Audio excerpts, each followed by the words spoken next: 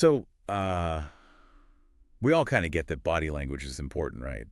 Intuitively. Yeah, definitely. But what if I told you? What if the impact is actually much, much bigger than most people think? Even people who, really pay attention to this stuff. Hmm. Like, have you ever felt that? Someone walks in and you just feel their presence before a single word. Oh, absolutely. Or the opposite, someone trying to say something vital and it just fizzles out. Exactly. It falls flat. So today, we're diving deep into that connection, how you carry yourself and, well, how well you actually communicate. Okay. We're using excerpts from The Silent Power of Body Language. And our mission, really, for this deep dive, Mm.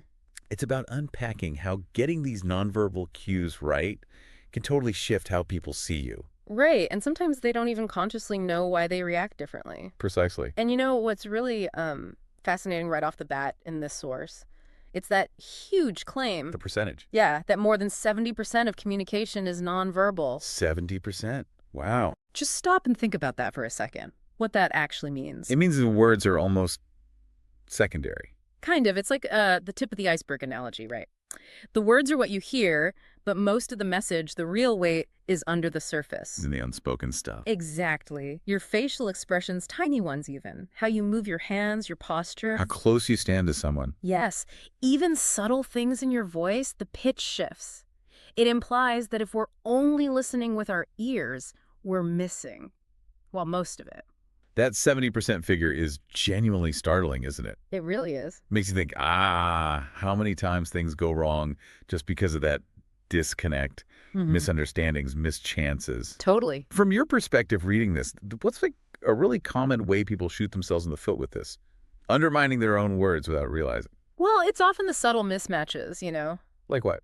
Like, how you hold your shoulders. It seems small, but it can instantly signal confidence, or the opposite, defensiveness. Right.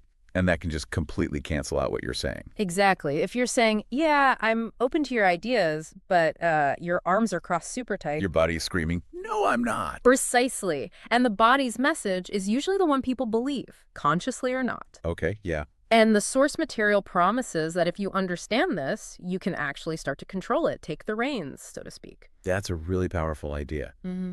And it makes me think of those times, yeah, where words just don't connect. Mm-hmm. And the source, it paints this picture, doesn't it? Mm. Imagine walking into a room, Yeah. speaking confidently, sure, but also making a real impression before you even speak. Right. That silent first impression. It suggests there's this like inherent power or influence inside you already. Waiting to be unlocked. Yeah, just needs tapping into. And that's what we're going to explore, how to unlock that, giving you sort of a blueprint for clearer communication, a stronger presence. Whether it's a big meeting or just, chatting day to day. So, okay, thinking about how to actually use this. The core idea from the silent power of body language really boils down to this huge potential. Transformative potential, yeah. It's genuinely not just what you're saying. It's the whole package.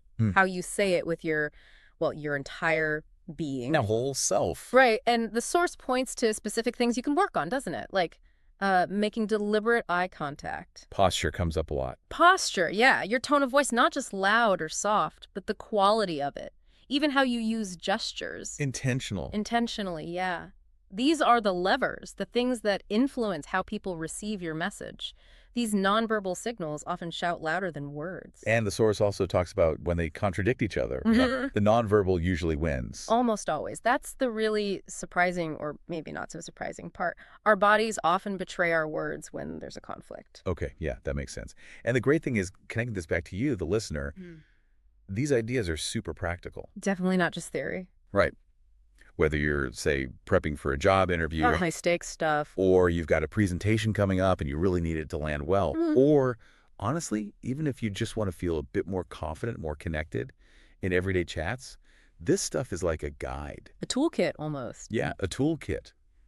Mastering these techniques, it can seriously boost your self-assurance. It can make how you express yourself way clearer. And that leads to more influence, right? Personally, professionally. Absolutely, in all sorts of settings. So here's something to think about as you go about your day today or this week. Yep. Just pay attention. Observe. Not just the words people are using, but how they're saying things without words. The whole picture. The whole picture. And then maybe turn that observation inward. Reflect on yourself. What signals are you sending out? What nonverbal messages? Yeah. What unspoken stories are you telling people? Yeah. And maybe the bigger question is, what more might you be communicating without even having a clue?